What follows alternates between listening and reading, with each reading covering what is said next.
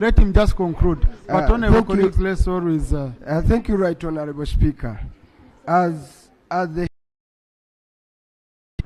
When its name is in the media, in that regard, I expected that as the head and the chair of the session today, the first since these rumors came out, you will be up to explain what has happened.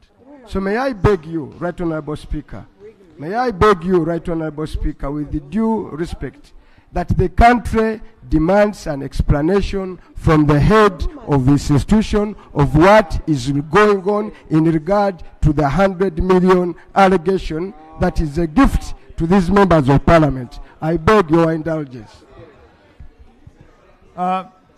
Thank you. So, no one on the floor, Honorable Anifa. Order applies when there is someone on the floor. Can I have order in the House? Yes. Number one, honorable colleagues, as the leadership of the House, we are responsible for what is budgeted and appropriated and on expenditures done by Parliament. That's number one. That's number one. Number two, honorable colleagues, I will not sit here and I start legitimizing street talk. Because I'm a member of Parliament. Listen, I'm a member of Parliament. I have not received any coin. Neither have I received a call from anyone who has my money. If you know you have my money, please bring it. Yeah, someone might be eating on my behalf somewhere. Number three, honorable colleagues.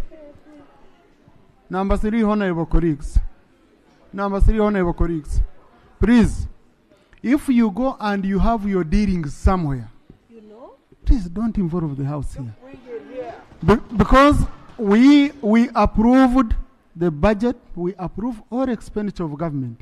We never approved any item here called a donation from the President to members of Parliament.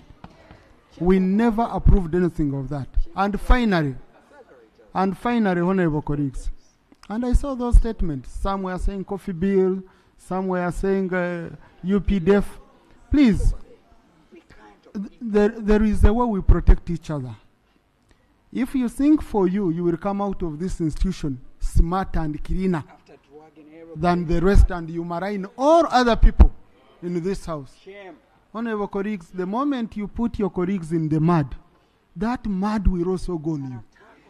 I request you, if there is any matter of that kind, what I would expect, you can write to the head of the institution that I have heard about ABCD. Okay? Please, I want you to interest yourself in the matter and investigate. And then therefore I would come to a responsible committee. We look for a way of investigating the matter. But I have seen in the papers the institution being soiled, members being soiled, some coming up and saying I haven't received, others I've received. Oh no, honorable colleagues, it's very unfortunate. Government Chief Whip, have you given any money? Because I saw you being put in the papers.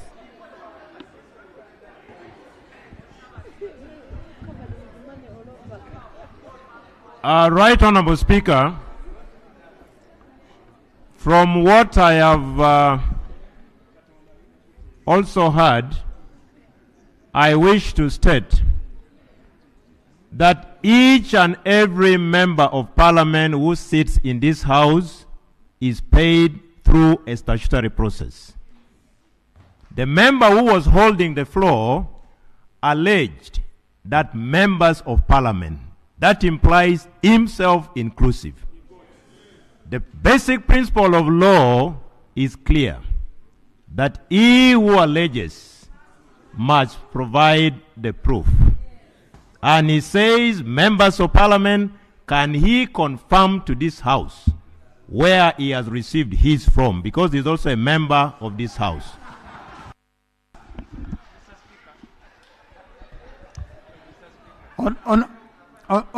Honorable colleagues, we have work to do here. We have work to do. Please, this topic, I've closed it. Okay? This topic is closed. On my communication? Thank you, the Right Honorable Speaker.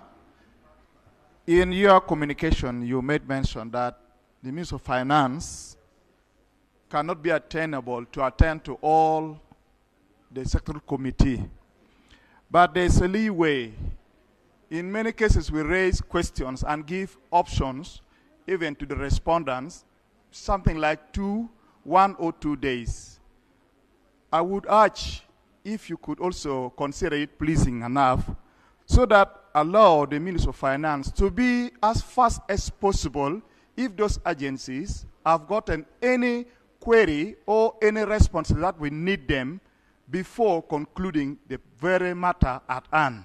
So that this would be dynamic, not to reject and be arrogant, because most of these agencies or the ministries, as if they allude to the fear that their responses don't come as quickly as possible. Thank you. Honourable Minister for Finance, you want to comment on this issue? Because of appearing before every sector committee. Because it's been a hectic issue. I've received reports.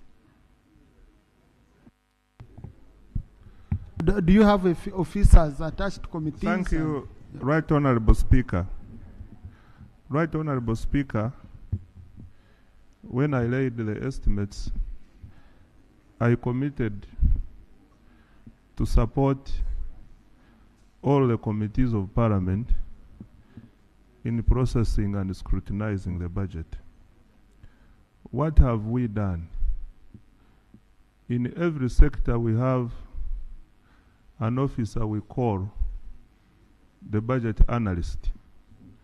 When committees are sitting to consider ministerial policy statements, each committee is assigned an officer from our budget directorate to pick out the issues which will arise that require our attention. Mr. Speaker, it is practically difficult for us to appear in time to every committee of Parliament. Yes, we are a team of 5 ministers led by the Honorable Matia Kasaija, but also it is the Minister of Finance, Planning and Economic Development. We support the functioning of government beyond appearing before the committees of Parliament. Mr. Speaker, when we are concluding the budget, we normally get a summary of the issues which have been, like now I'm going to move a motion for consideration of ministerial policy statements. Parliament is going to make observations and recommendations. Mr. Speaker, all these recommendations come to us for attention. I therefore would like to agree with you and thank you for picking this concern that we should allow committees together with their sector ministers,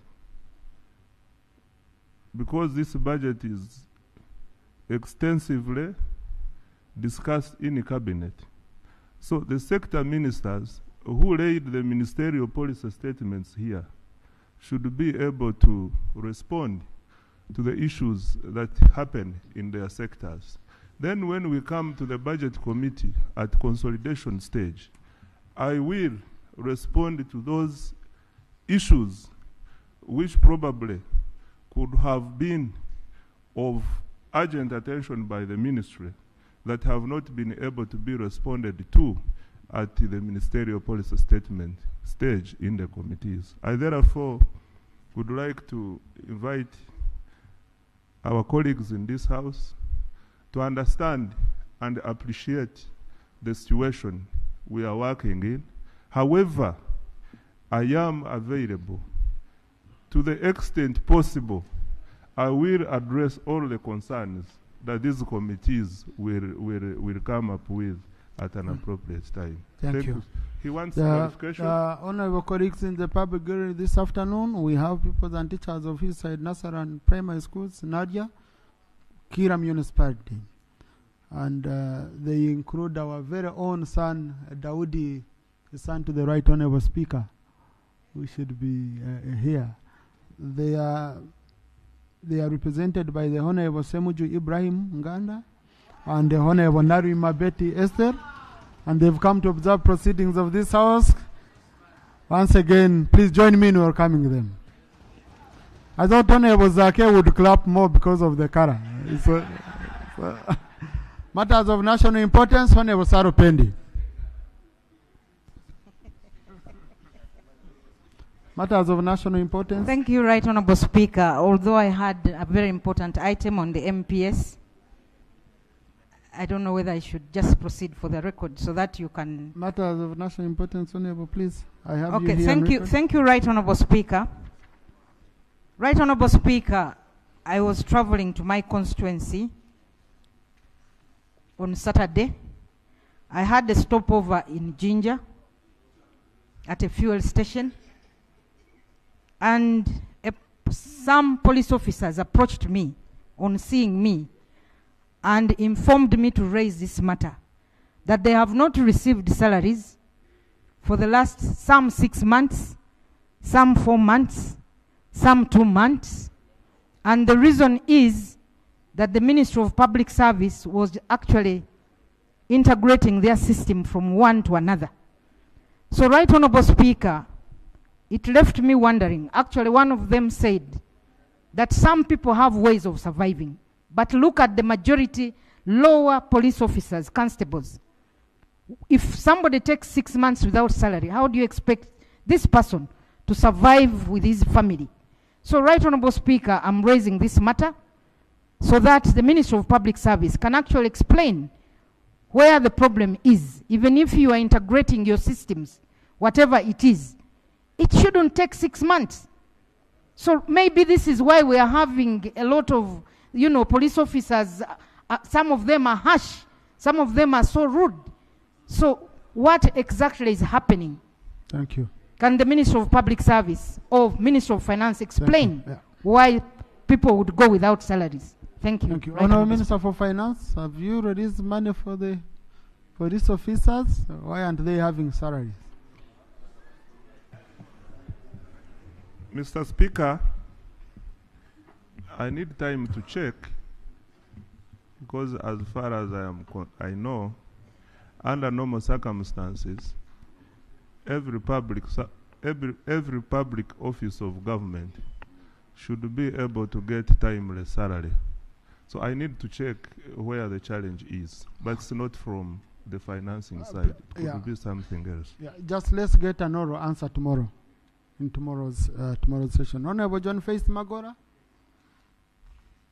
followed by Honorable Sarah Guti. Thank you very much, Right Honorable Speaker. Right Honorable Speaker, the land Bugisu has been a subject matter, or it has faced a number of challenges through landslides, and some of the victims were relocated to Kiriandongo and were given land, commonly called Ranch 18. But Right Honorable Speaker, at the moment as we speak, that land has been removed away from them. The occupants have been evicted, they have been beaten, and as we talk right now, Right Honorable Speaker, 19 of the leaders who tried to help other people to resist have in prison, and the rest are on the run. Right Honorable Speaker, this comes at a time when government is talking about the people of Elgon, especially those ones in areas which are dangerous to be relocated. It puts all that program in dilemma if where the former people who have been taken are not being taken care of and being evicted. Prayers, Right Honorable Speaker. The office of the Prime Minister should make an intervention to that effect, bring a report to this House, how they have intervened in settling those people to ensure they have a home, and thirdly, to liaise with the members of Parliament of Bugisu to go to Kiriandongo on the fact-finding mission and ensure that these people are settled. Thank you very much, Right Honourable Speaker. Thank you. Government.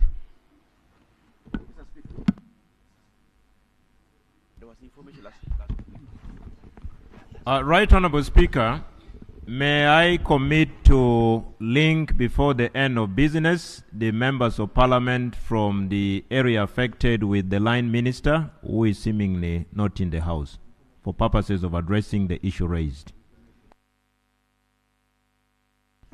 Yeah, so you remember before we broke off, the Minister of State for Disaster Preparedness committed that she was going to bring a statement on the same. Because I think Government Chief Whip, what you do to enrich that statement, let her first meet the members from the affected areas. Okay? That most of the issues are discussed and settled at that level, and then she brings the statement here. Honorable Sarah Guti. Thank you, Right Honourable Speaker. My concern is about the road between Dokolo to Lira City. As they were working on it, the road has been narrowed. We are getting a lot of accidents, minimum of 3 times a week. So my prayer is that we request the Ministry of Works to take note of this and also go and check. It has been narrowed. Even private cars, you cannot overtake if there's a rider at the side. Thank you, Right Honourable Speaker. Honourable Minister for Works.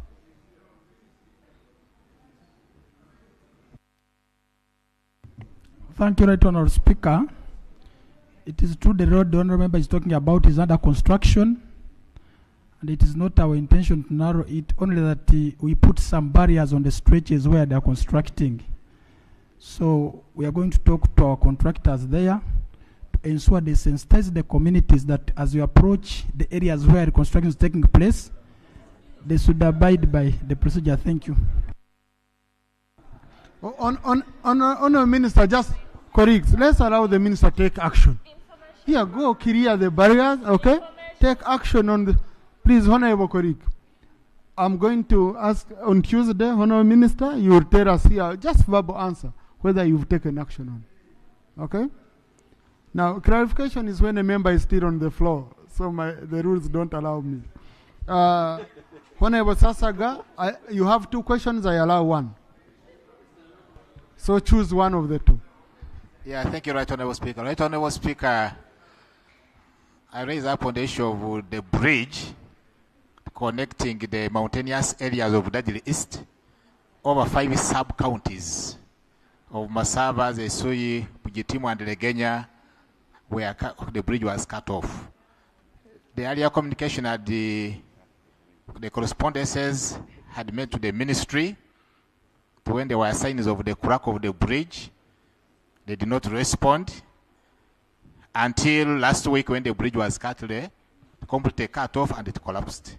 My prayer is that the Ministry of Disaster and Works come together and fix the bridge, because UNURA claim they are now back to the ministry and have nothing they can do apart from the Ministry of Works itself rising up with disaster. Thank you.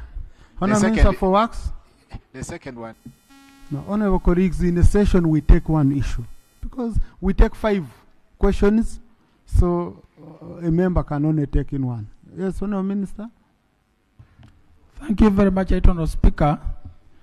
We had not known the bridge collapsed, but I'm going to get in touch with the Honourable Member from here. He gives the details. We send our engineers and we handle it as a matter of urgency. Thank you. Thank you. Honourable Eddie Kwizera.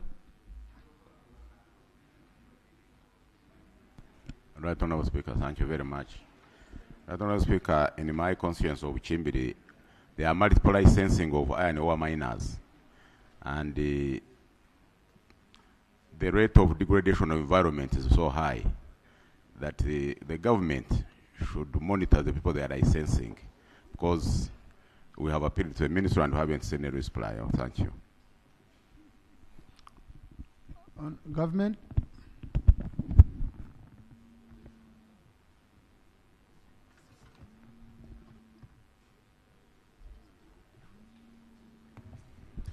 Right Honorable Speaker, this is a matter that should be taken up by the Minister in charge of minerals, and unfortunately, none from the ministry is in the House.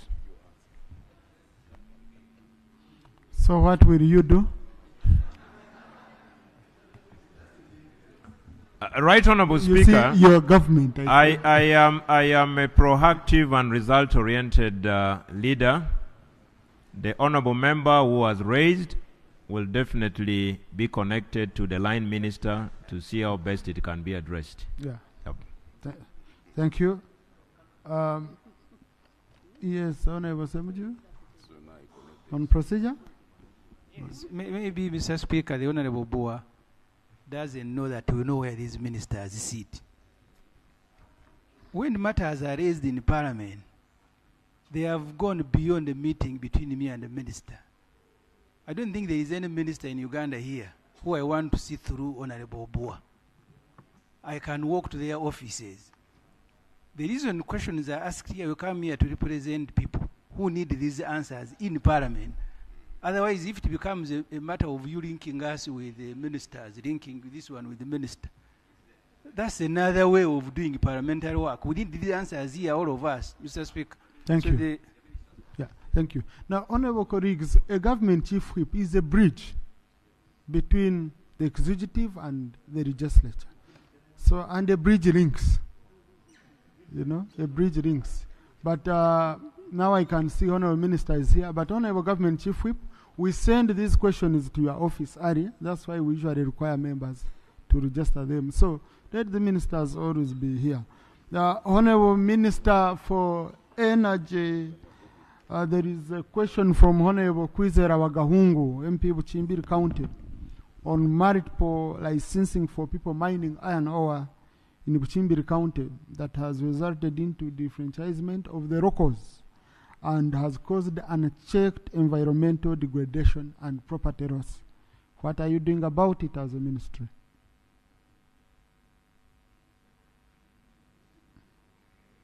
Oh, you came with a statement? You look well prepared.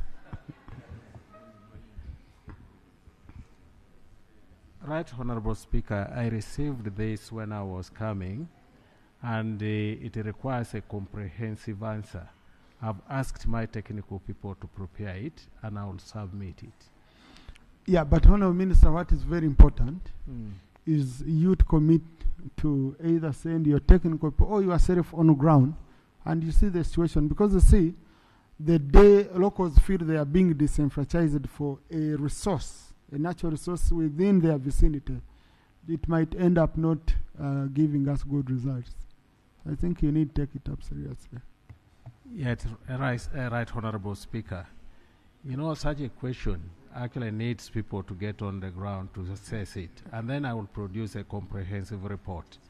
Right, Honorable Speaker. Thank you, Honorable Minister. Honorable Guzuri, you have two questions, but I need you take one. Choose of the two. Thank you, Mr. Speaker.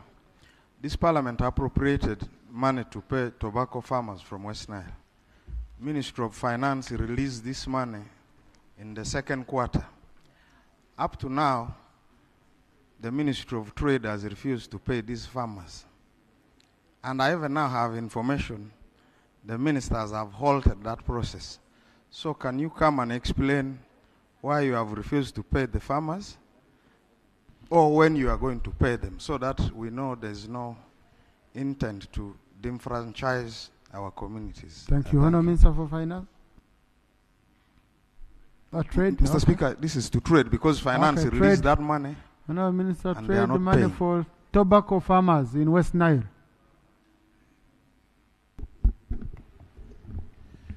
Mr. Speaker, it is true we received the resources to clear the compensation for tobacco growers in West Nile.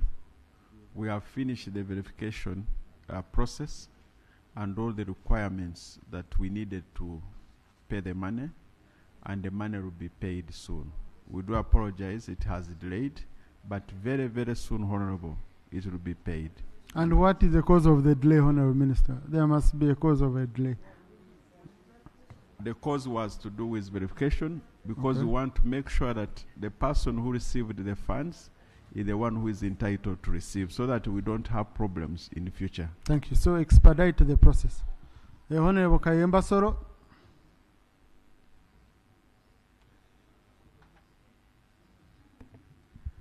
Thank you very much, Right Honorable Speaker. Right Honorable Speaker, 2 weeks back in my area, Chibinge sub-county, which is in Bukomansimbi South, some people came and they say they were URA officials. So they told the farmers that they are going to start taxing the coffee plantations according to the acreage. So I want the Ministry of Finance to come and tell us, is it true you are going to start taxing the coffee farmers according to the coffee actually plantations according to their acreage? Honorable Minister for Finance.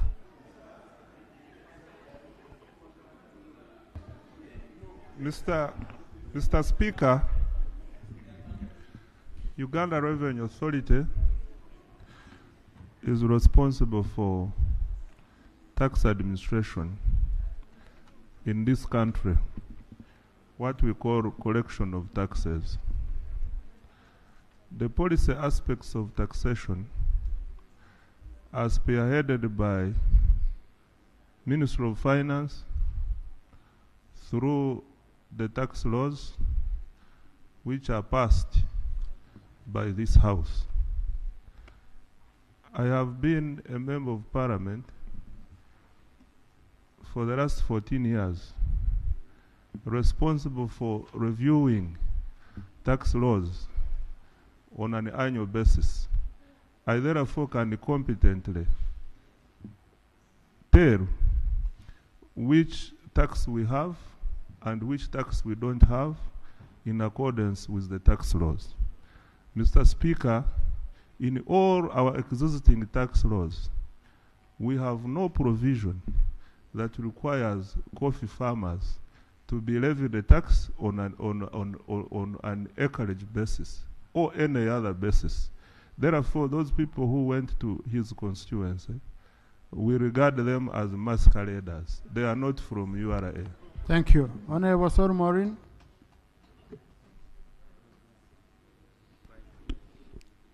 Thank you very much, Right Honorable Speaker. Arua Biliafe and Leah Odamachaku Road has been flooding. These are national roads where the culverts have been installed on. It has been flooding because of recently the rain that we received in Arua City that poured heavily. Right Honorable Speaker, the face of regional cities should look like cities. If you had to move to Arua City, Right Honorable Speaker, why until today some of our roads are flooding is because Arua City has no road equipment units. Yet in the last previous financial year ended, and this one is yet to end, Parliament passed money here for the road equipment units. And Arua City has not received any. And government keeps sending money, 1 billion, for maintenance.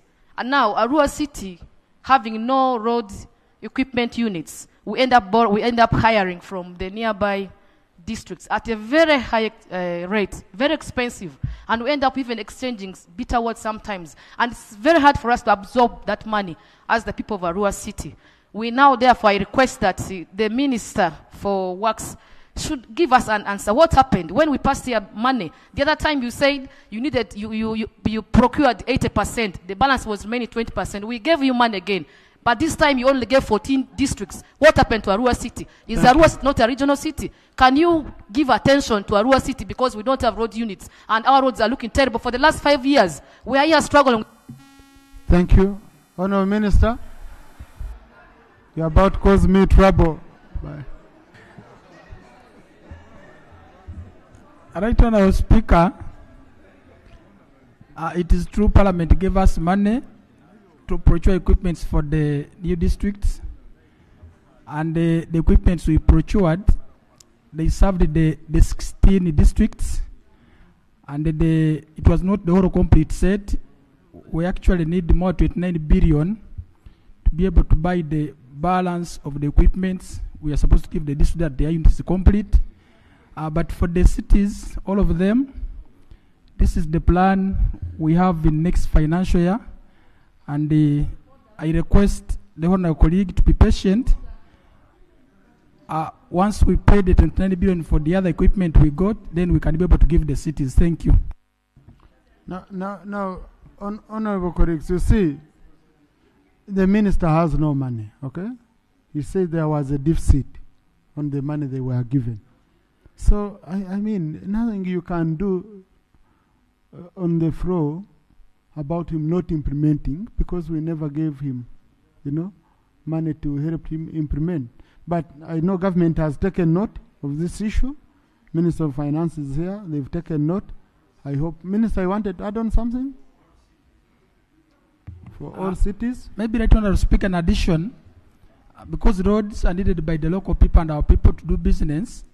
Meanwhile, there is a mechanism where we borrow equipment from the Ministry of Works, from our zonal centers. If the city has money, we can give them equipment so that they can work on the roads and they wait for their own. Thank you. Honorable, link up with your Honorable Minister. I think link up with your substation manager for West Nile, okay? So that you see, not only West Nile, but these cities. Yeah, all the cities. We'll be helping them for now as we get our road equipment. Honorable Chimosho. Thank you, Honorable Speaker.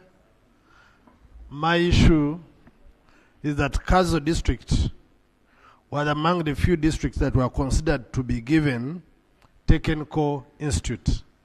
And indeed this was constructed. They started construction in 2014. They were delays. It took 7 years to be complete. Now after it is complete, it was coded in 2023. Up to now, there is no wage. The principal that was sent there worked for 1.5 years without any pay. That one left. They sent another one. He has worked for 5 months without any pay. There's been several correspondences between the district and Ministry of Education and Public Service. Education sends them to Public Service. Public Service tells them, if you don't have wage, send back the principal. And there is already enrollment in the institute. So, Right Honorable, I request that Ministry of Public Service comes out clear. They can come and close it. It's okay if they wish. And tell the people of Kazo that they don't matter, so the institute can be closed. And we start keeping goats and cows there, if they don't mind, Right Honorable Speaker. Thank you very much. Honorable Minister for Education. This is your institute.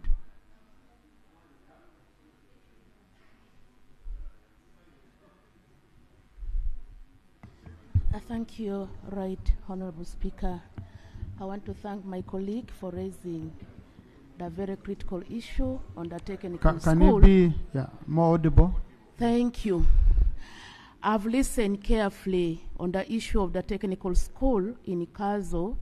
Of course, very important for skilling our youth and the students.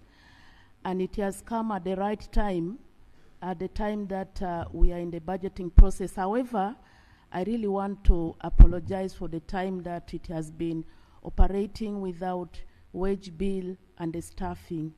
And I want to pledge that we will try at this period, if we can factor some, may not be all, but the critical staff, so that we can have the institute operational. Thank you, Mr. Speaker. Thank you. Committee on Education, take up this matter. Ensure we have wage. This is a government institution. We built it. It's just they are being wasted instead of giving services. Honorable Narukora.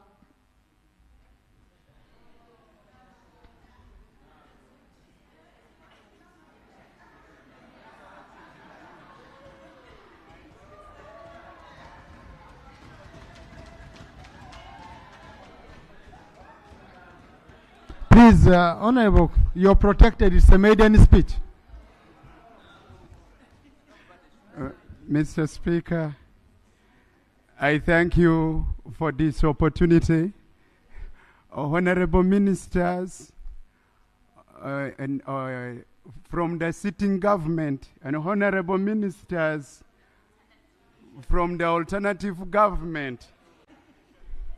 Mr. Speaker, you know, when you use the shadow, some think that chisikirize. But the shadow means kalondozi. Honorable Narukora, we have a language we use here. Yes, that's yes, number one. Yes, Mr. Speaker. But number two, just to guide you, okay? Just for guidance, don't respond to colleagues who are speaking when they are not on record. Because the answered will be confused on who you are responding to because they were not on record. So you are protected. It's your maiden speech. Kindly show us cause. Much obliged. Mr. Speaker, I thank you for that wonderful guidance.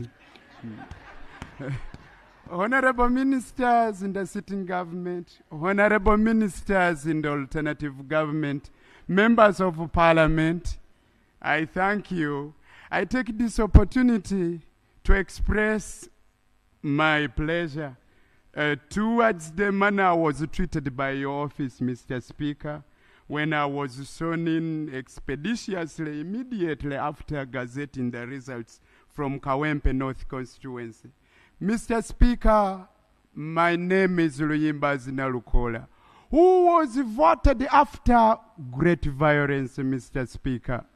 My election, Mr. Speaker, was decorated by brutality from the members of armed forces. And indeed, the Electoral Commission, every time we are used to approach it, it could lament helplessly. And the chairman of the Electoral Commission, Mr. Speaker, made a request to me that when opportunity appears, we should make an amendment in the Electoral Commission Act to ensure that the Electoral Commission is in command of all constables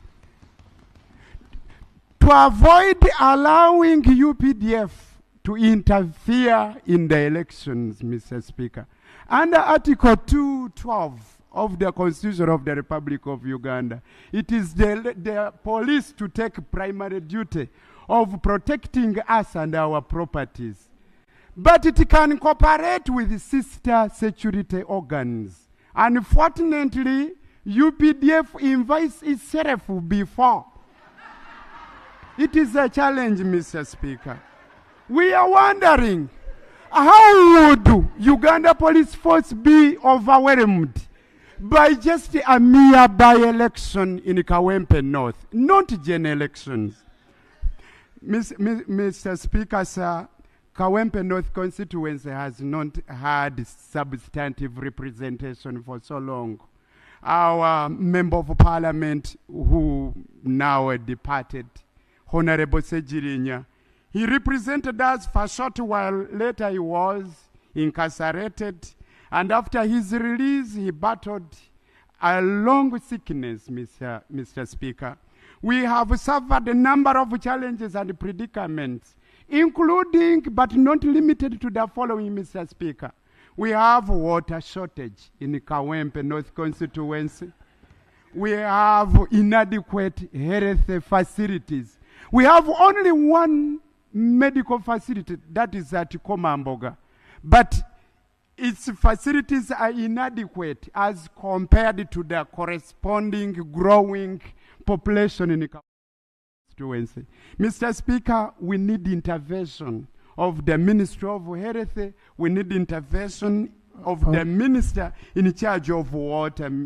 Honorable, I'm sorry for interrupting you. I know with maiden speech, but you stood up on a matter of national importance. And number two, it ended up becoming a statement. So, and a member, we don't have in our rules a provision for a member to make a statement apart from a statement of personal explanation under Rule 55. So, when you look at Rule 52 to Rule 55. So, even a new member, I try to be, no, I have been accommodative. I was listening. So, I wanted to guide that for matters which are related to services, government services in your constituency, we are now starting to discuss ministerial policy statements, where we are looking at the budgets and provisions for services across the country. I can give you a time when we are on the statement for Minister of Health, you raise health-related issues. Because the minister will be here to respond and commit. Education, I give you a chance. Roads and infrastructure, like that, instead of you bringing them out here and we end up not capturing them. I don't know how you look at that, Honorable. Mr. Speaker, I'm so grateful for that wise guidance. Now allow me to point out one matter of national importance.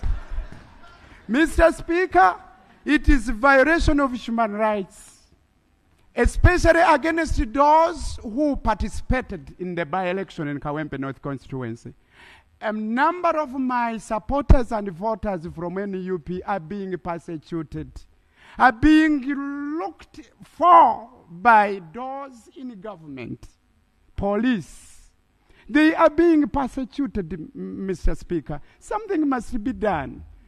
To be sincere, we must practice tolerance in our politics. Mr. Speaker, this is so important. Should you allow me that opportunity, I can even appear before committee should one be allocated or this matter taken to it. I will appear, I will as well call the victims of that persecution. I thank you. Thank you very much. Yeah, thank you. I will ask the minister. I'll ask the Minister for Internal Affairs. Yes. Honorable colleague Narukora, we have a mechanism of following up these issues, okay? And Honorable Chivumbi has been helpful on several occasions. So we are going to follow up these matters with the Minister for Internal Affairs. And if action is not taken, then it can come back here. Now, Honorable colleagues, Honorable Anifa.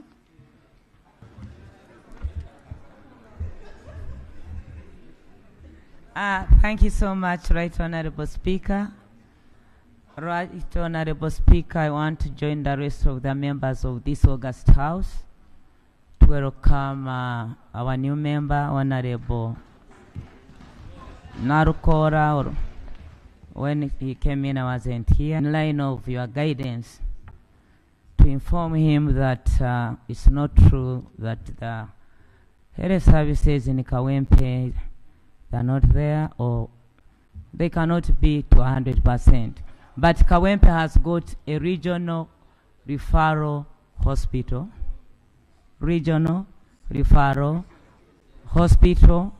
The units of facilities in Kawempe are more than 5, and I'm always there inaugurating. I would also prefer that since he has come in newly, the district local government will help out to know where these facilities are. My office is open also as the Minister General duties in charge of hospitals to help you out. Thank you. Thank you. Thank you, Honorable Minister. Honorable, I want to welcome you once again. This is the House of Comrades. We treat each other with respect. We stand by each other. So please ensure you interact with your colleagues beyond your political party. Just interact. We meet in the canteen, in the corridors. Feel at home. Okay? You're part of the family now. Next item. Item number 3 on the order paper. Bill's first reading. The Building Control Amendment Bill 2025. Honourable Minister.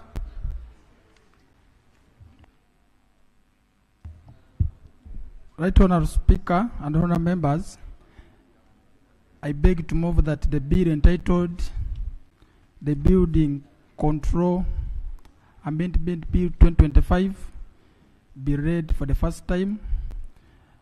Equally, I beg to lay the bill on table accompanied by the certificate of financial implication. Thank you, Right Honourable. Thank you. The bill is referred to the Committee on Physical Infrastructure for processing as per Rule 129 of our Rules of Procedure. I had allowed Honourable.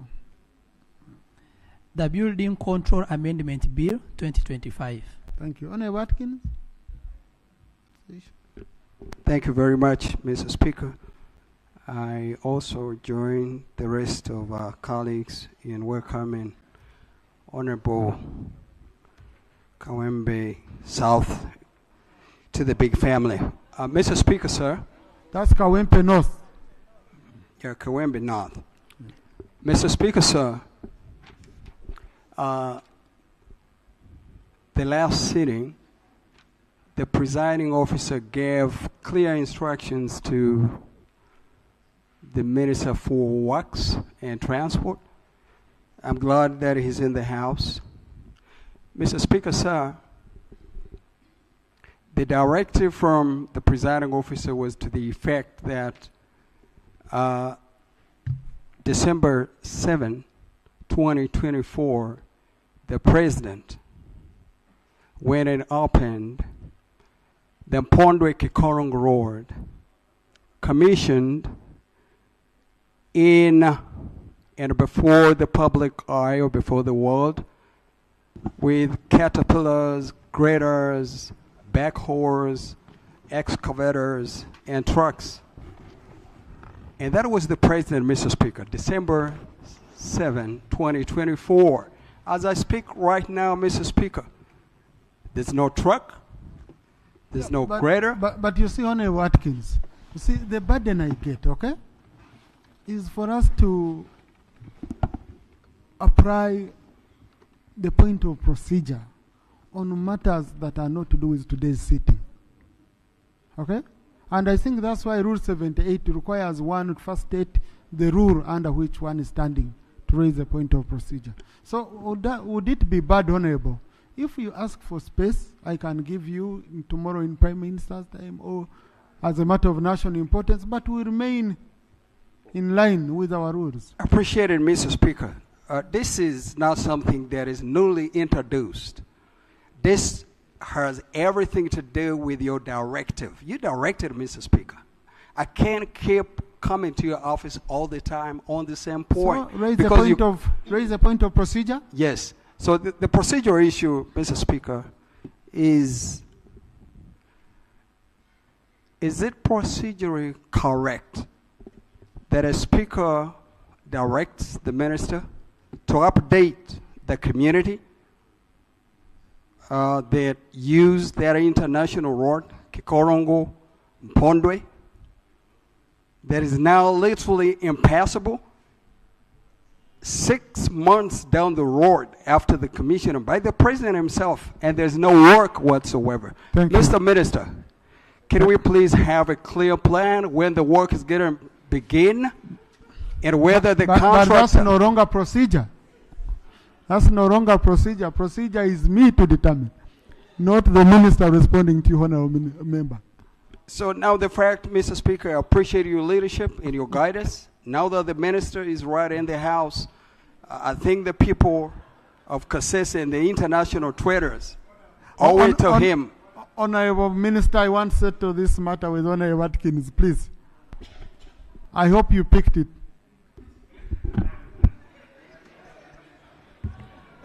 Right Honorable Speaker, thank you.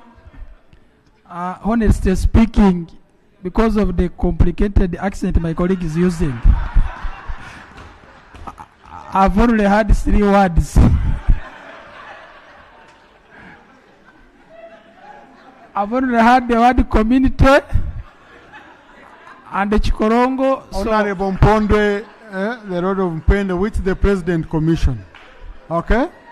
And it's not being used. So, Honorable Sarah Pendo would have heard it, but she has just moved out. Okay? But, Honorable Minister. Okay, thank you, Right Honorable Speaker. If that's the case, let me get in touch with the honorable colleague to get more details, and we see how to sort that problem out. Thank you. Please, and tomorrow you'll give me an oral answer. You'll give an oral answer on the phone.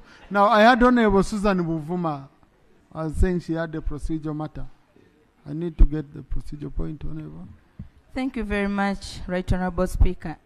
Right Honorable Speaker, on 31st of January this year, the government, through the Right Honorable Roki and Nakadama, committed itself that they will table the fisheries and aquaculture regulations within 1 week. As a response to one of my prayers, after raising an issue of a boat that capsized with victims who are handcuffed.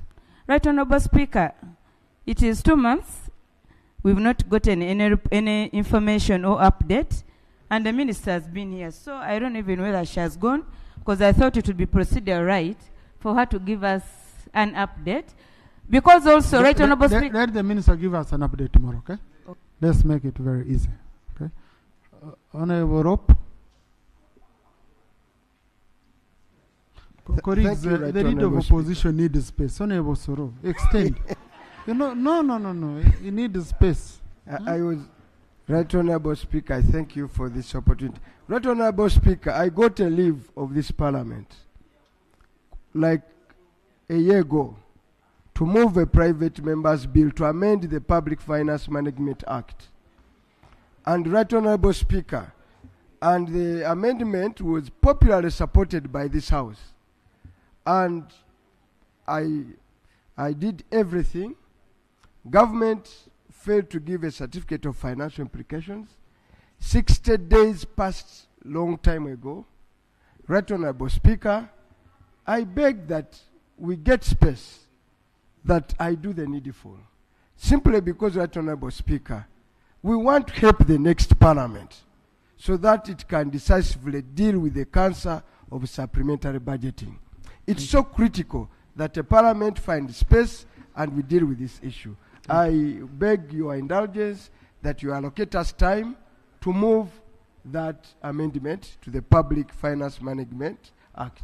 Thank you. I beg for time, Right Honorable Speaker. So, Honorable private members' bills, I'll get them space after budgeting process, because it's, I want us to first concentrate on the budgeting process and then we can have issues from members. Now, colleagues, in the public gallery this afternoon, we have students of Achori Makere Students Association, Makere University, Kampala. They are represented by Honorable Kazibwe Bashir Mbazira and Honorable Shamim Marende, plus the MPs, wherever they come from, who might include Honorable Mapendozi and team. They've come to observe proceedings of this House. Please join me in welcoming them. You can stand up for recognition, our visitors. Thank you. Thank you. Colleagues, also in the public gallery this afternoon, we have students of political science and political administration from Chambogo University, Kampala. They are represented by Honorable Muhammadin Sereko and Honorable Shamim Marinde. They've come to observe proceedings of this House. Please join me in welcoming them. Can stand up for recognition. Thank you. Thank you. Colleagues, also in the public gallery this afternoon, we have students from Sitfed High School, Soronko. I hope I got it right. They are represented by Honorable Numbers of Florence Wamara and Honorable Nathan Nanda Mafabi. They've come to observe proceedings of this House. Please join me in welcoming them. Honorable colleagues, in working on the order paper, there is an item I included which was not meant for this period. This is a period for budgeting. So item number 4 shall be handled immediately after the budgeting process so that we have enough time to look into it. Let's go to item number 5. Item number 5 on the order paper. Limitations. Motion for approval of the annual proposed budget for financial year 2025-2026. Honourable Minister for Finance.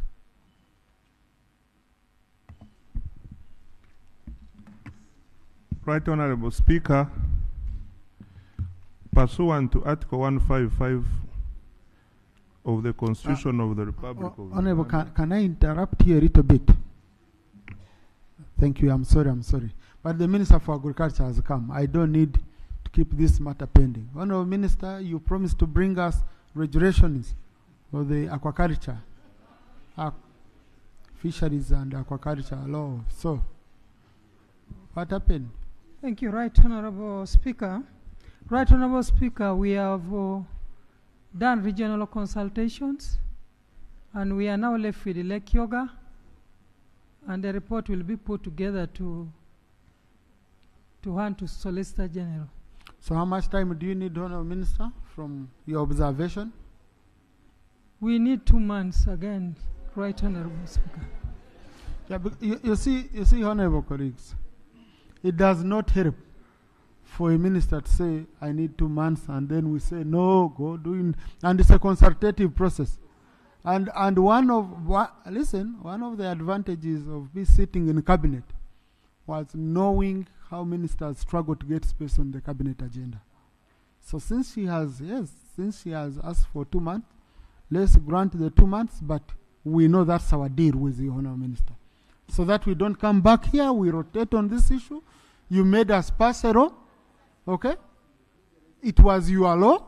We just need your own regulations to implement your law. Okay, Honourable Minister? Most obliged, Right Honourable Speaker. Thank you. So, Honourable Minister for Finance, kindly resume.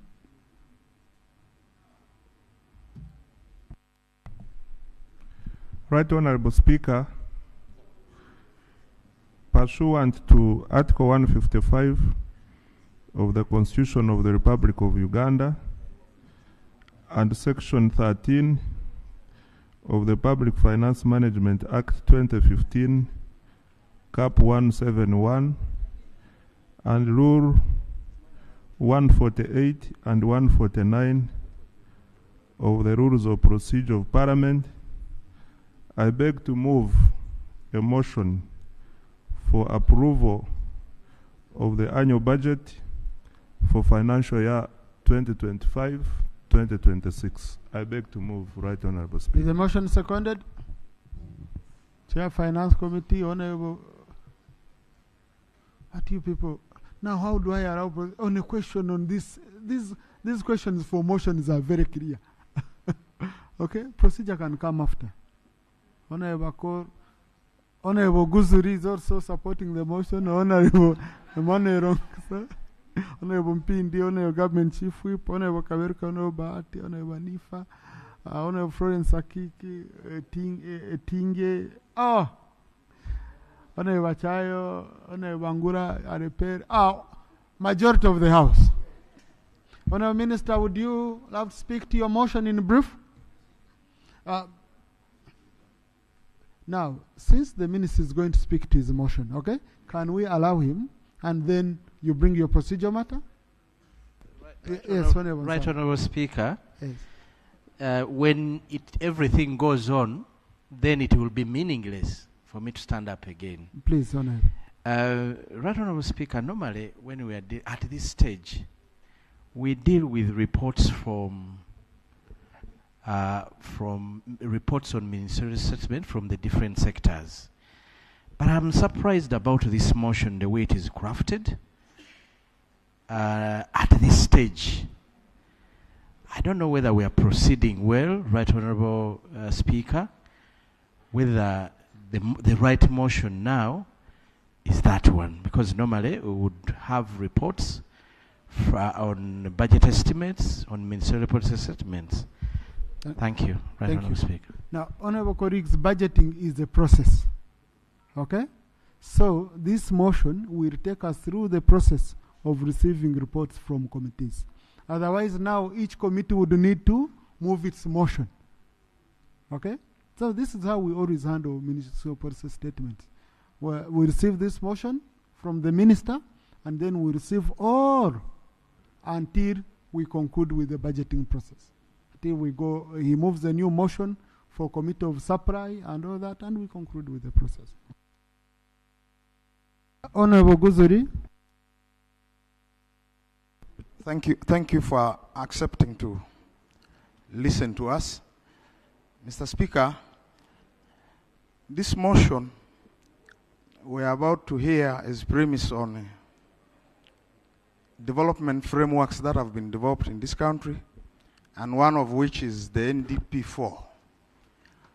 While processing that document here, the minister made a commitment that before we approve or process the budget, he will come with a clear document specifying how government is investing in various parts of this country, so that we deal with the issue of disenfranchising some communities once and for all.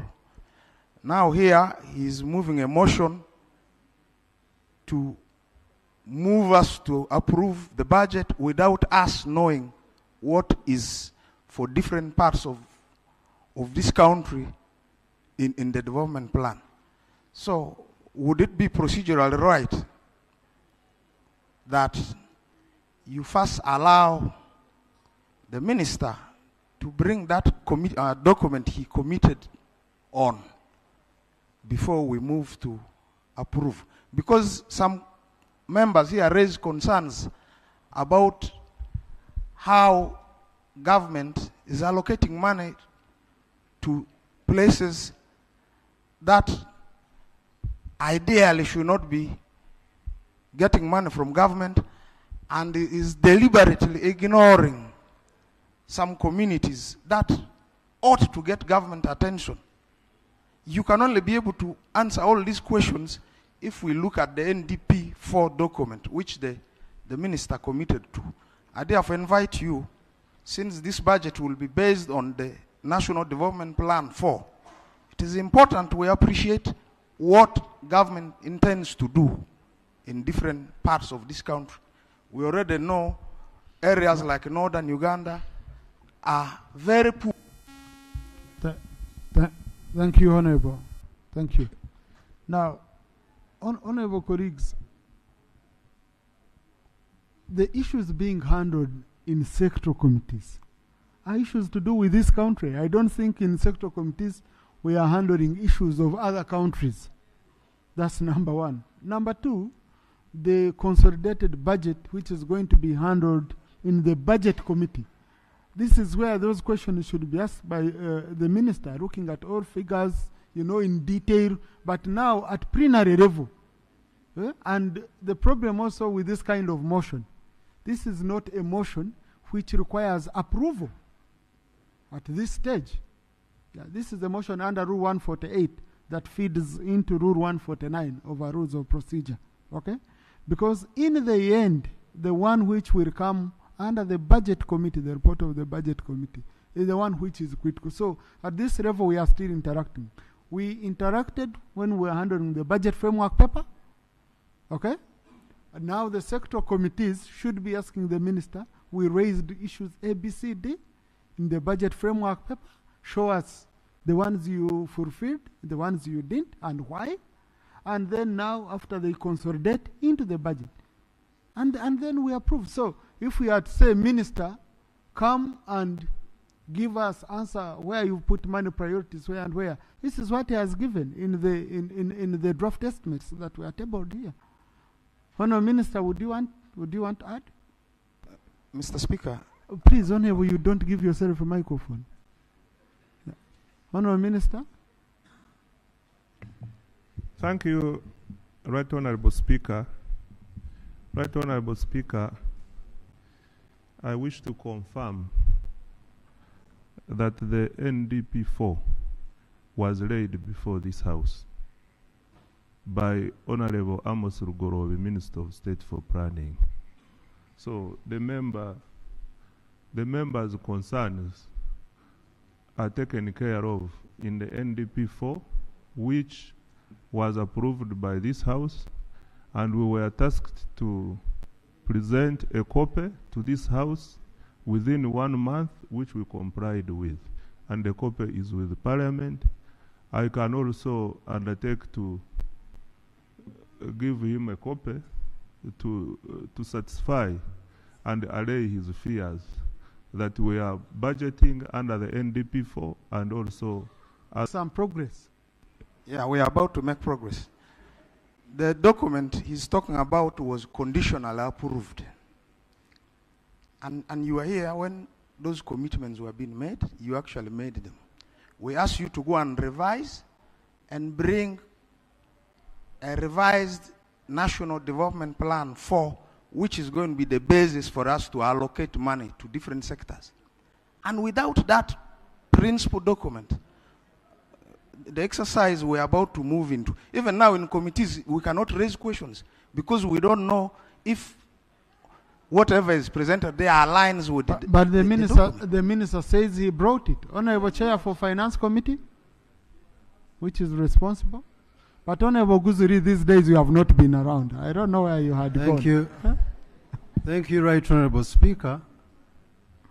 As far as my memory serves me, the NDP4 was debated by members of parliament, and those observations and amendments that were provided were even brought on the floor of parliament.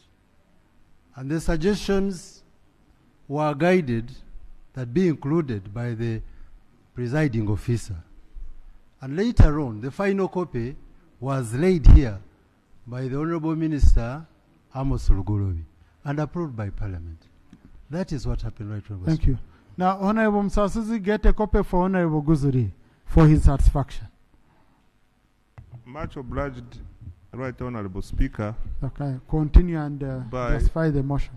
By close of business today, Honorable Guzuri will have a copy of the NDP4, the approved NDP4.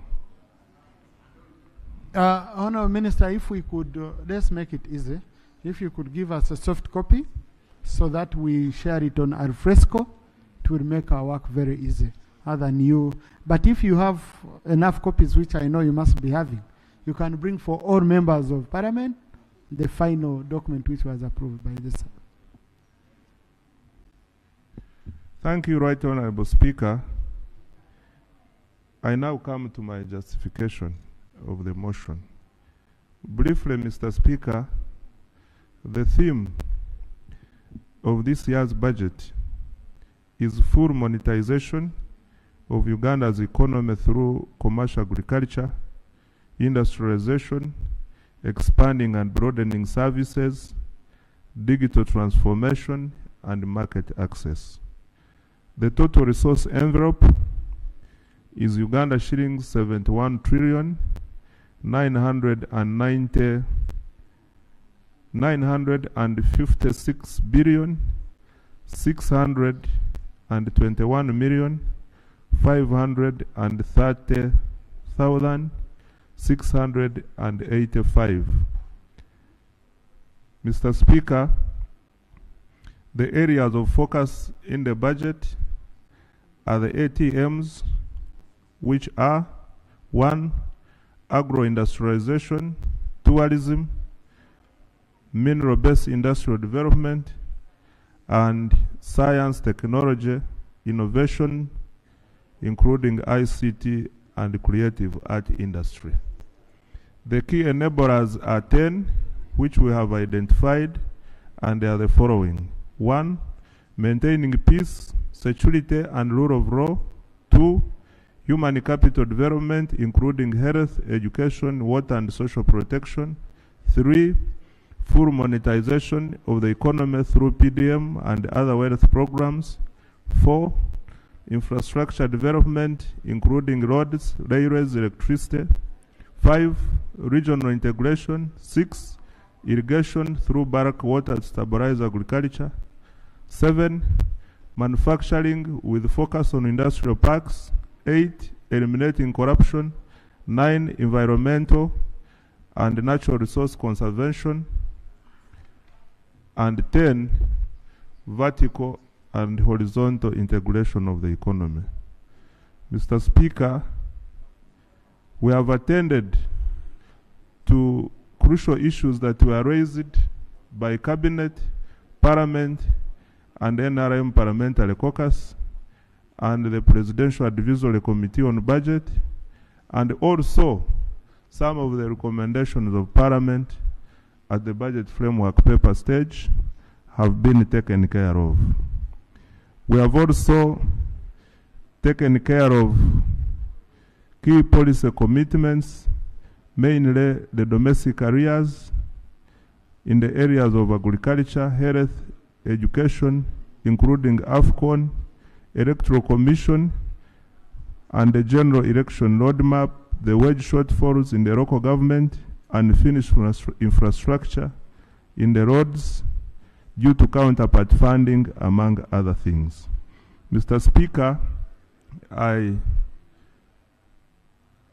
appeal and invite colleagues to support this process And also, I want to inform colleagues that this motion I'm moving is basically for ushering us into receiving the ministerial policy statements, and after I will move another motion for supply, which will lead us into appropriation. Mr. Speaker, I thank you, and I thank members for attentively listening to me. I submit. Thank you, Honourable Minister. Thank you. Next. Item 5.1, Defense and Internal Affairs Committee. Honourable colleagues, on this, you need 15 minutes to give us the highlights, and then Right, we'll have Honourable time for Speaker, debate. in line with the motion moved by the Minister of Finance, I beg to present a report, but first I beg to lay on paper minutes of the committee meeting with Ministry of Defense and Internal Affairs Ministry, to lay on table minutes of the committee meeting with Ministry of Defense and Veteran Affairs, Ministry of Internal Affairs, and the agencies thereunder. I beg to lay. In line with the minutes allocated to me, Right Honourable Speaker, I will present this report, which covers the following votes. Vote 004, Ministry of Defense and Veteran Affairs. Vote 009, Ministry of Internal Affairs. Vote 120, National Citizenship and Immigration Control. Vote 144, Uganda Police Force. Vote 145, Uganda Prison Service. Vote 135, Directorate of Government and Lead Laboratory. And vote 137, National Identification and Registration Authority. Right Honourable Speaker, we have interacted with the ministries and the agencies thereunder. We have received their ministerial policy statements. We have considered the rules of procedure. We have considered the PFMA and the vote allocations. My report has an executive summary on key vote allocations, on vote 004, Minister of Defense. Important to note that the vote, important as it is, faces a reduction in its recurrent spending. Vote 009, Minister of Internal Affairs, which includes 54 billion for development over 5 years and 2 billion for anti-human trafficking. Vote 120, vote 100. I beg now to give a summary of recommendations. Right Honourable Speaker, under Ministry of Defense, and this report has tables attached thereunder, which are descriptive, which show the medium-term expenditure frameworks and the approved budget 2024-2025, which gives a basis for us to plan for 2025-2026. And MP's MTEF budget and year-to-year changes and percentage changes. And this is on page 44. And page 45, committee allocations of the budget estimates for year 2025-2026. But permit me, Right Honourable Speaker, to mention that under Ministry of Defense and Veteran Affairs, we note that the ministry carries out important operations like Operation Salama Kwa Wote, Operation Suja, and Operation Mlinzi wa Kimya. We have made provision for the success of that. We applaud UPDF keeping us safe home and away. and we aim to strengthen our mighty UPDF. We have also made allocation for accommodation for our soldiers. We also note, Right Honorable Speaker, that the wage bill of UPDF of Ministry of Defense totaled to 633 billion compared to Uganda shillings 633.43, leading to a 99.9 absorption rate in the first half of the year 2024-2025. And the non-absorption of 0.212 billion stemmed from delays in processing foreign service allowances for our personnel abroad in December. But the overall budget estimate, we have also made recommendations that MODVA, and MODVA stands for Ministry of Defense and Veteran Affairs, should enhance its planning for pension management to improve its procurement processes and optimize resource use within the ministry. And the ministry should expedite review of the UPDF Act and the Defense Policy Framework in the financial year 2025-2026. And the overall budget estimate for 2025-2026, Right Honorable Speaker, as Procedure, Honorable Samba. Thank you very much, Right Honorable.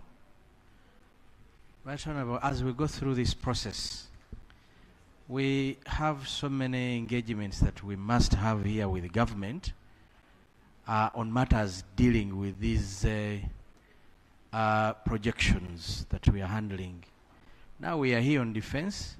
I'm not seeing the Minister of Defense. I don't know whether after his presentation, the chairperson will be the one who will be responding to matters within this sector that might come out from the members around. Thank you. Thank you. Honorable colleagues, it's a shame this is happening. But the only now challenge I have is that we have a statutory deadline. Okay? This is not a normal situation where you can say, someone might frustrate you by not being here all the time.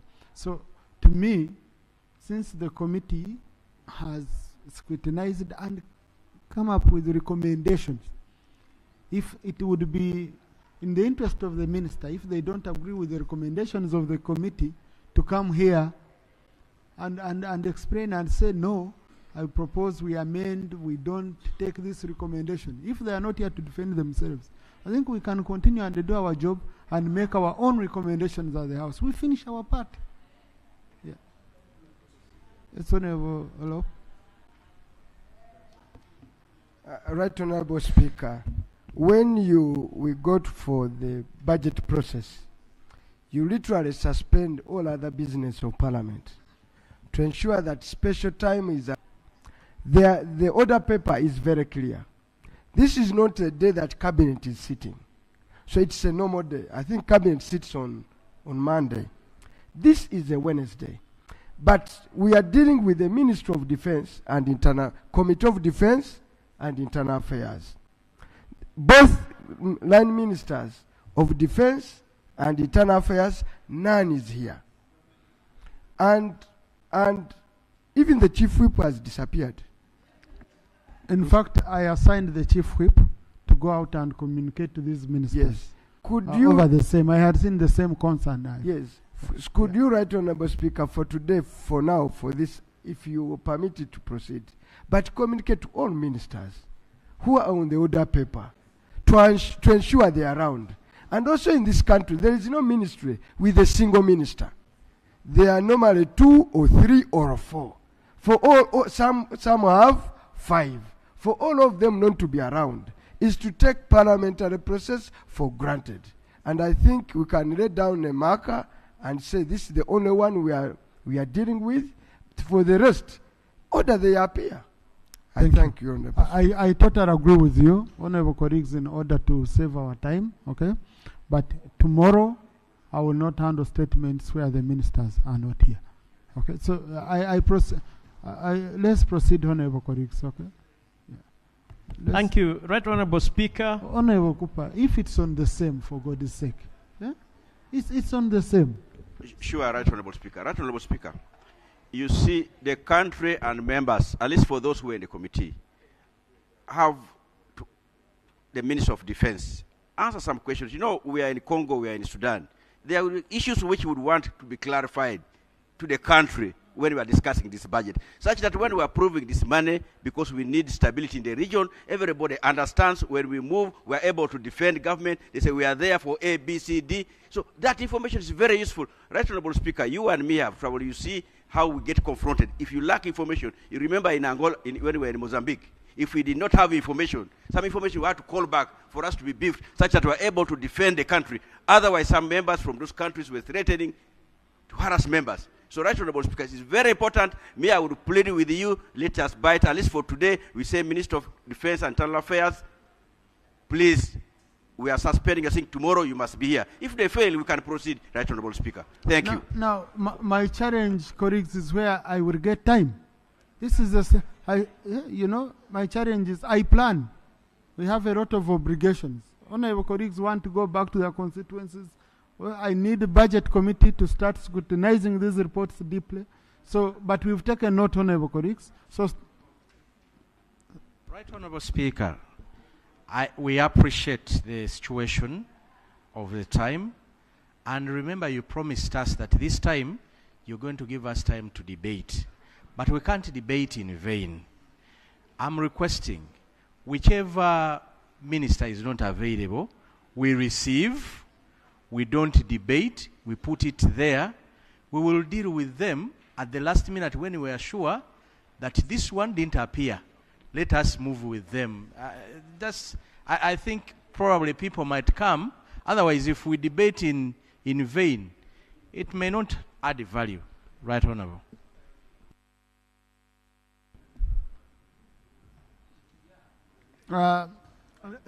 Let me do this, okay? Let's receive the report of defense.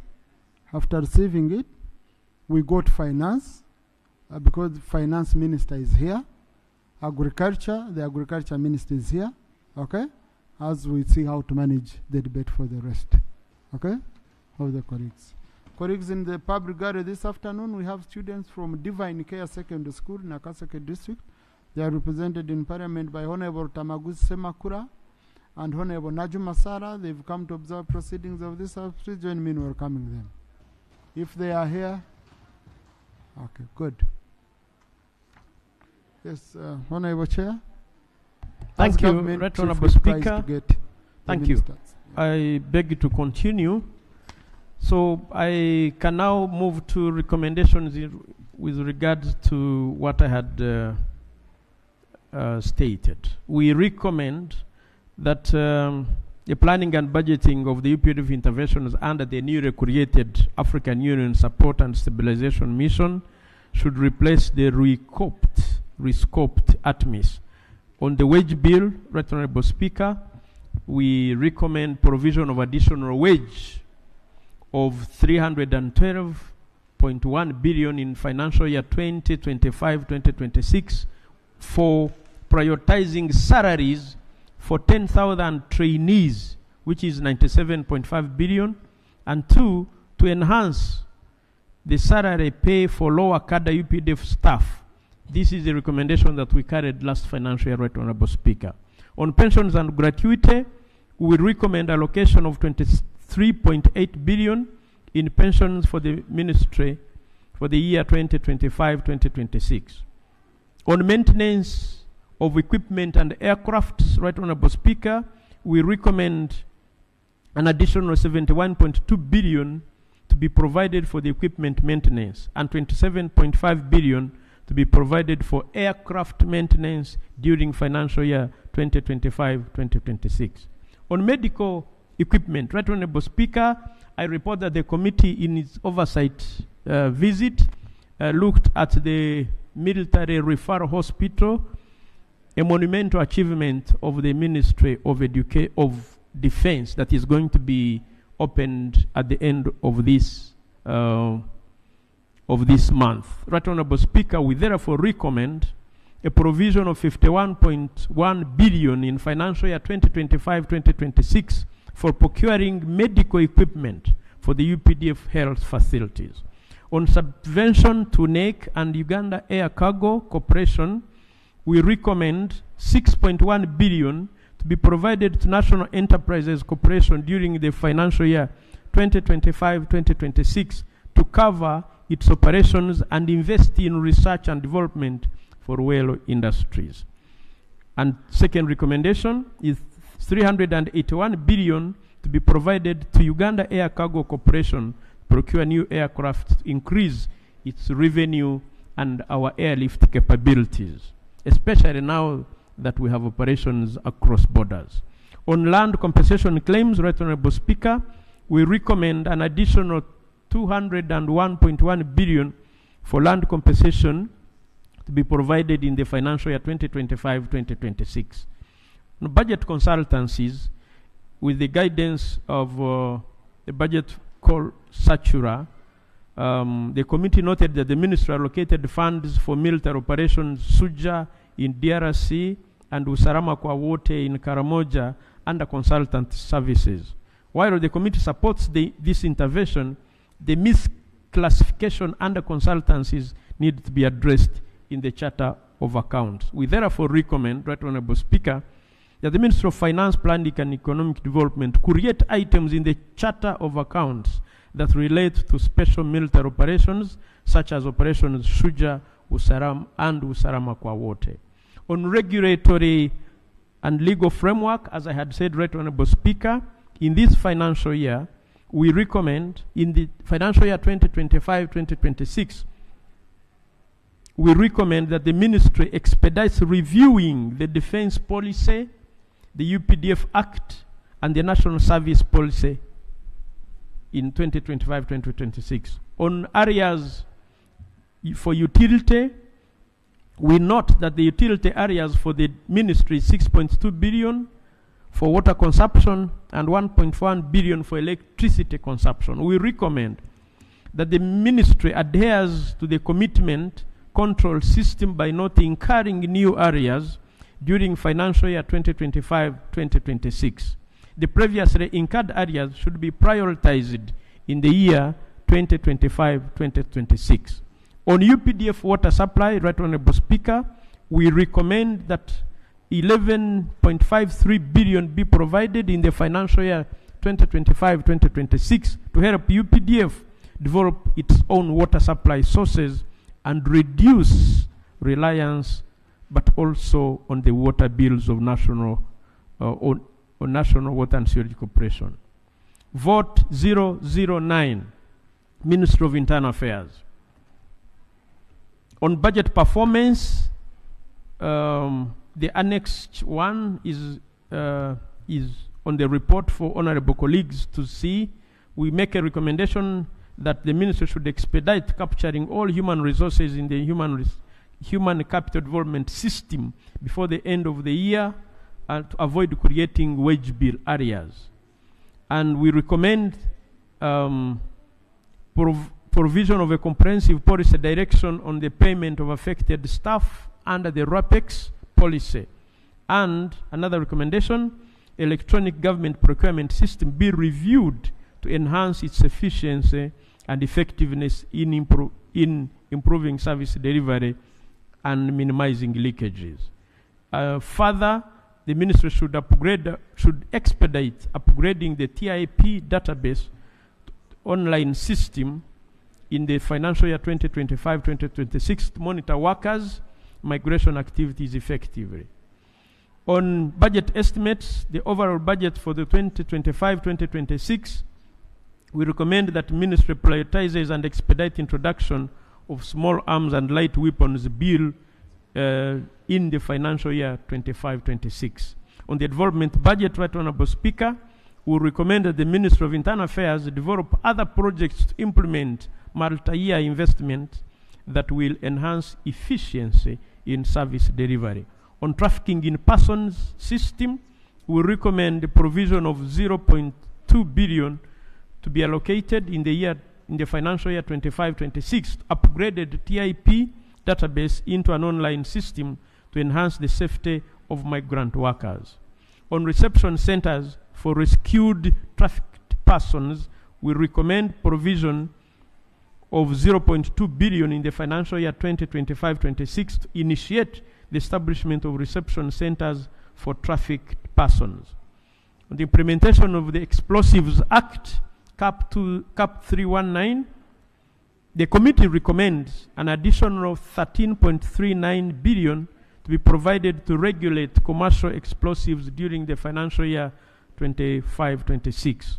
On the Amnesty Commission, Right Honorable Speaker, the committee recommends that an additional 2.342 billion be provided for demobilization, reinsertion, rehabilitation, and reintegration of reporters and victims in the year 2025-2026. Vote 120, Right Honorable Speaker, this is National Citizenship and Immigration Control. On the budget performance 2024-25, the annexed is attached. And expenditure performance, we recommend that the NCIC expedites access of the newly recruited staff to the human capital development system, capital management system, to improve wage bill absorption. We also recommend that NCIC ensures expeditious delivery of the outstanding passport booklets to avoid issuance disruptions. The overall budget for 2025-2026 is attached, Right Honorable Speaker. Our recommendation to that effect is that the project cost for automating immigration citizenship services is adjusted in the multi-year commitments to reflect actual lifespan expenses.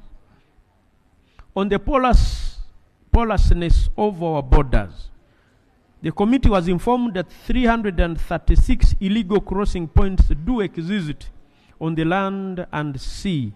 And under the new staffing structure, 1,200 immigration officers are therefore required, with a wage requirement of 4.578 billion for the financial year 25-26. We therefore recommend that NCIC collaborates with sister agencies for border control.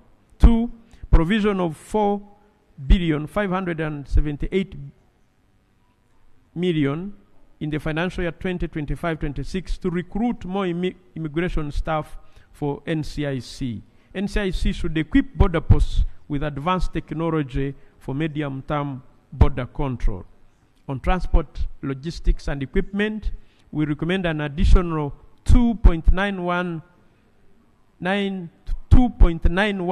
billion to be made to procure 10 motor vehicles for enhancing inspections, border patrols, and routine surveillance. On border control management, Right Honorable Speaker and Honorable colleagues, we recommend an additional 4.016 billion for efficient traveler clearance at all border posts, intelligence gathering, marine operations, snap checks, and routine maintenance. Vote 144, Uganda Police Force.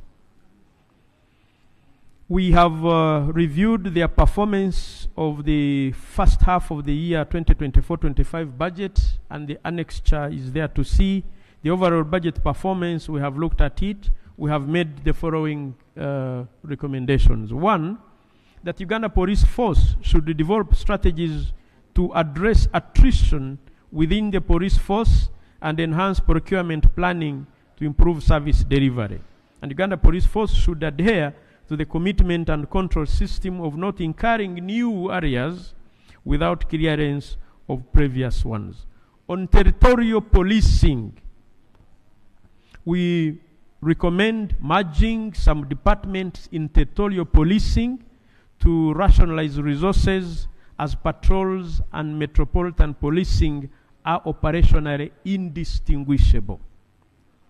On criminal investigations, Right Honorable Speaker and Honorable colleagues, we note that currently one detective manages 39 cases under criminal investigations, surpassing a ratio of 1 to 12 targets. This shows our detectives are overwhelmed, partly due to outdated technology.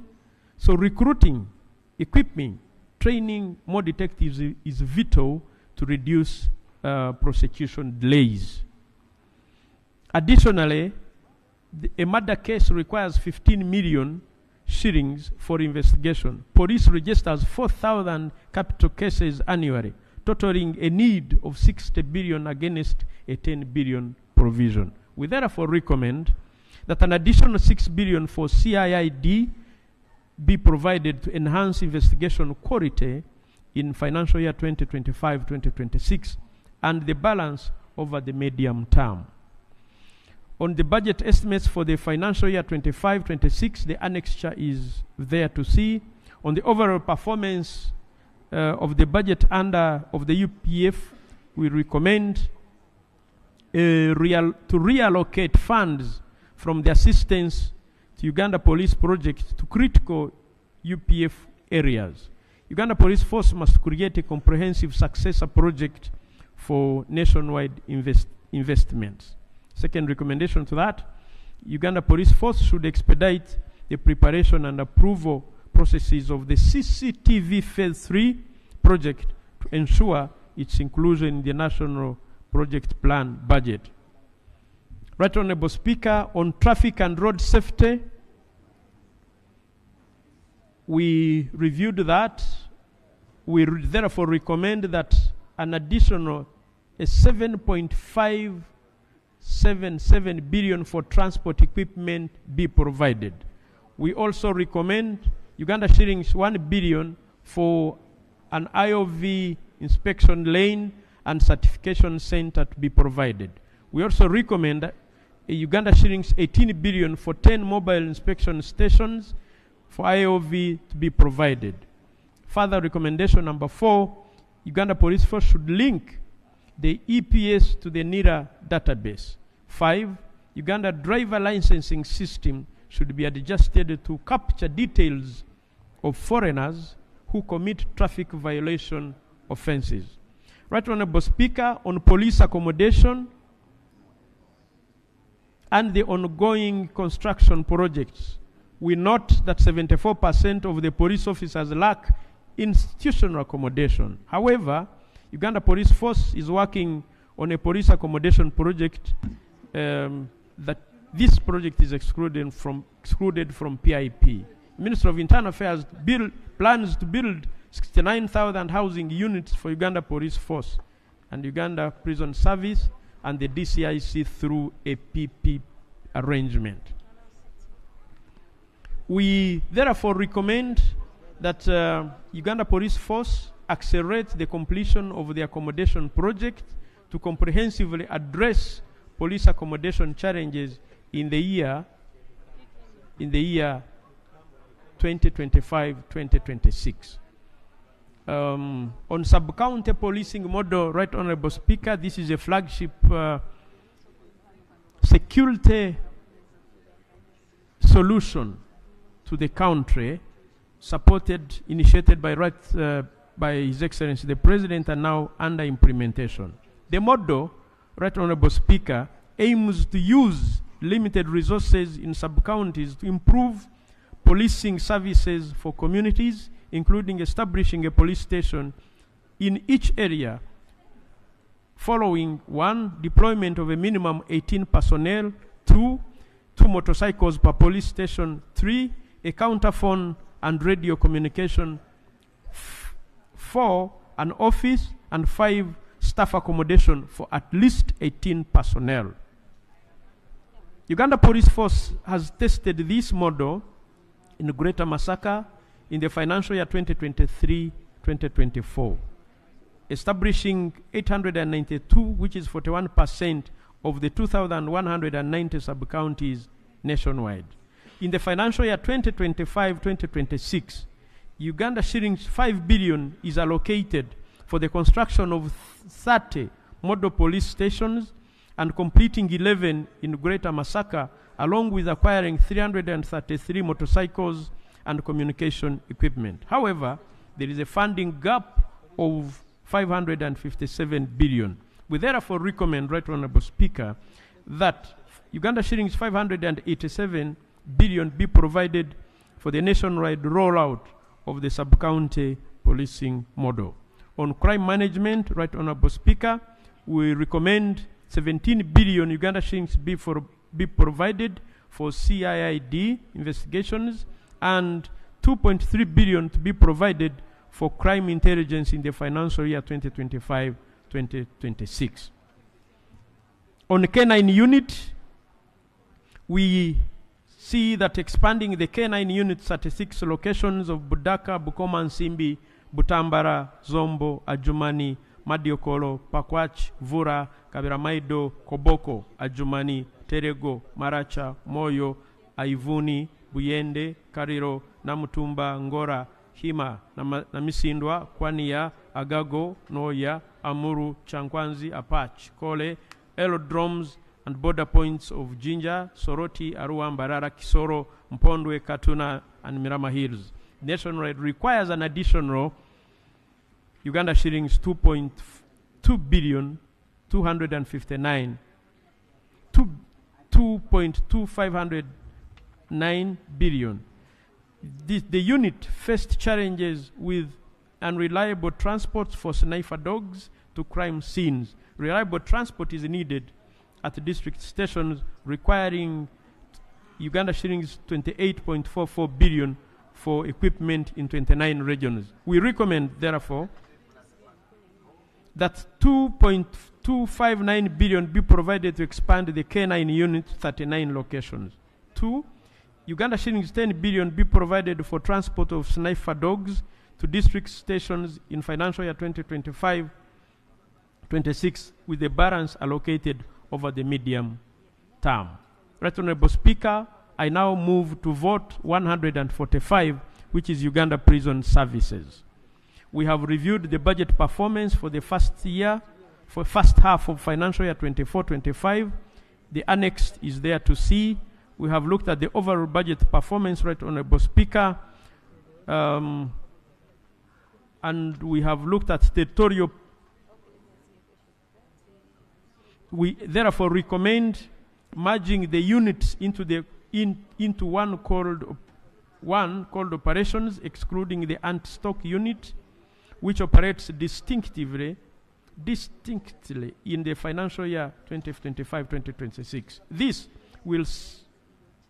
savings will be reallocated to critical areas under the UPF. This is police.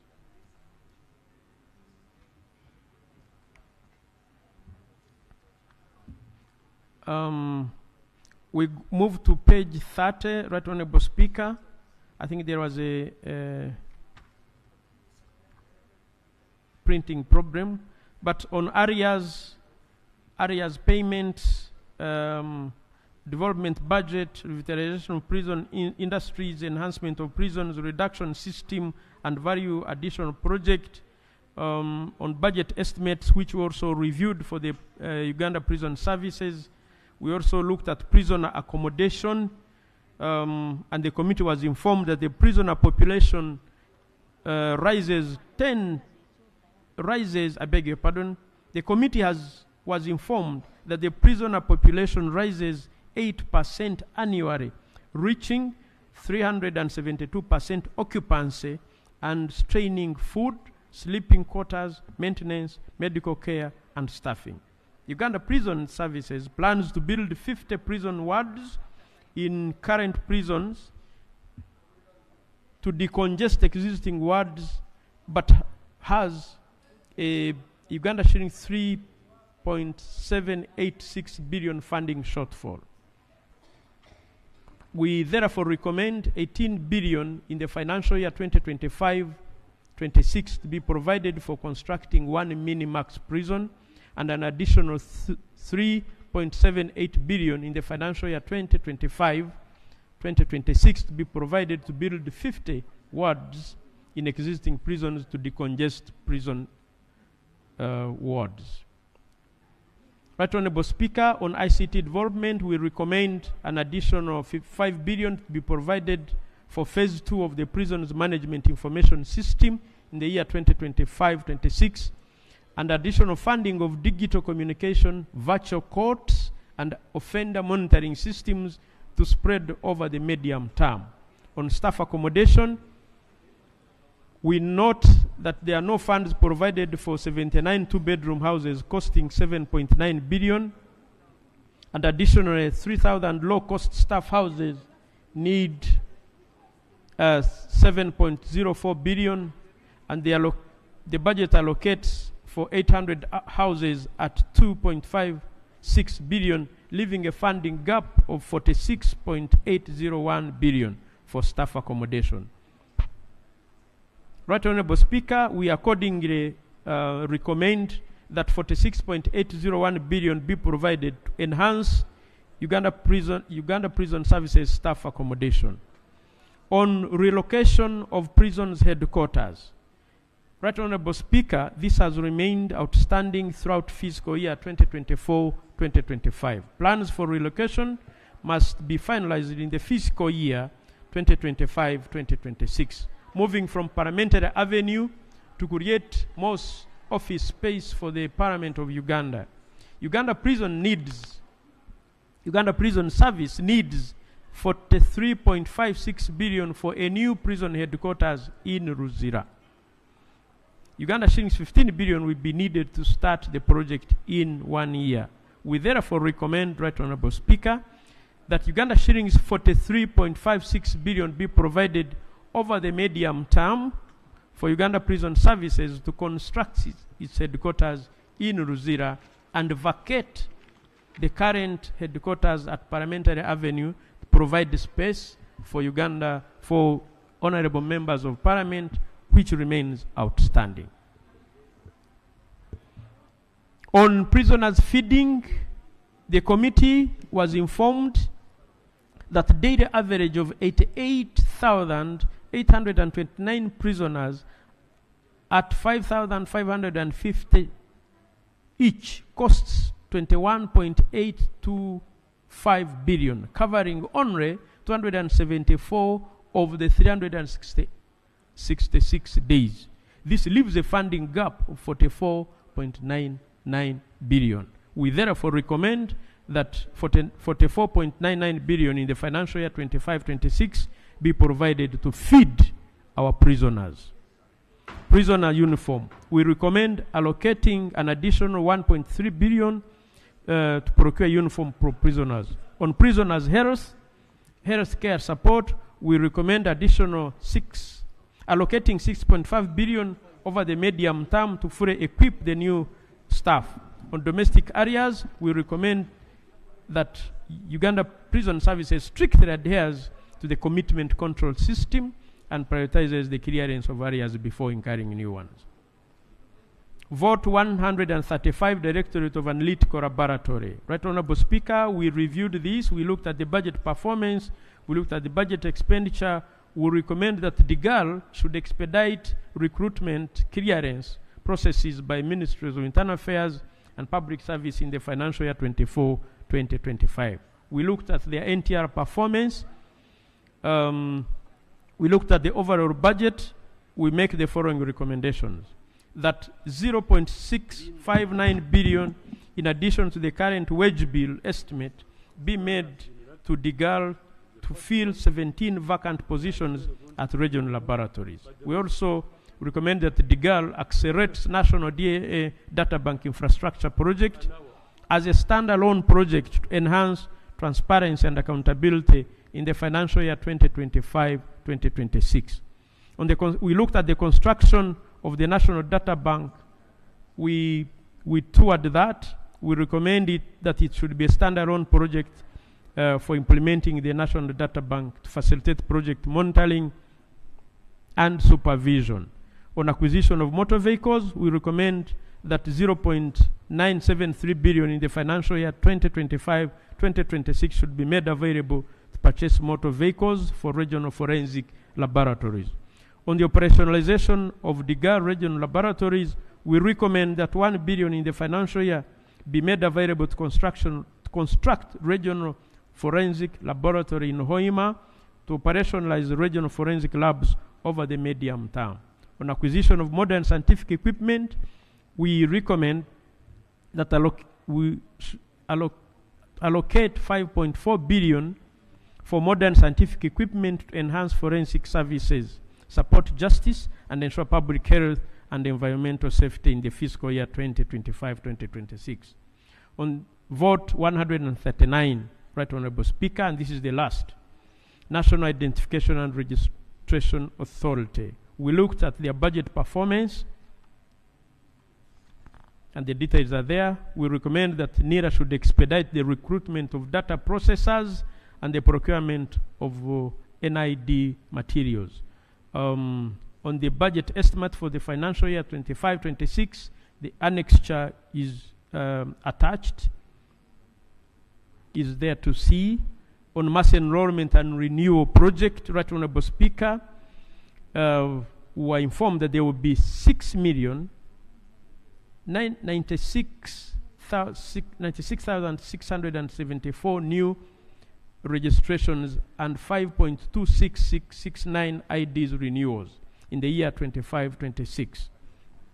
We already have 16.382901 blank ID cards that will be procured at a cost of 145.25 billion. Only 24 billion is allocated, leaving a funding gap of 120.72 billion. We therefore recommend that 120.72 billion in the financial year 25-26 budget be provided to enable NIRA to complete the mass enrollment exercise before 2026 general elections.